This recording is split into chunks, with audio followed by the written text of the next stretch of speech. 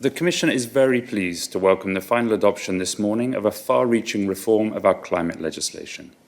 Following last week's votes in the European Parliament, EU member states and the Council have now also voted to approve a broad reform of our EU emissions trading system, which is at the heart of the so-called Fit for 55 package of legislation.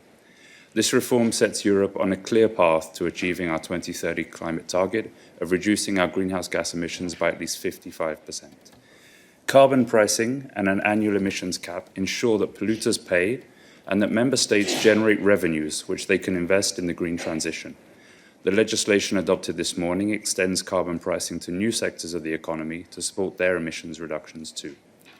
With this reform, member states will now spend 100% of their emissions trading revenues on climate and energy-related projects and the social dimension of the transition.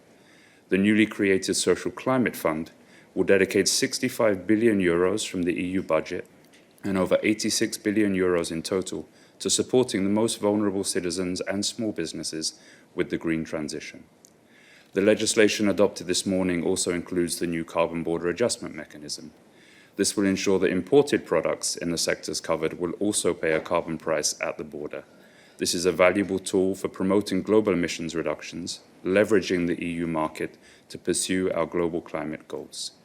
You can find more information about the legislation adopted today and the other parts of our Fit for 55 legislative package in our daily news. Thank you. Thank you very much, Tim.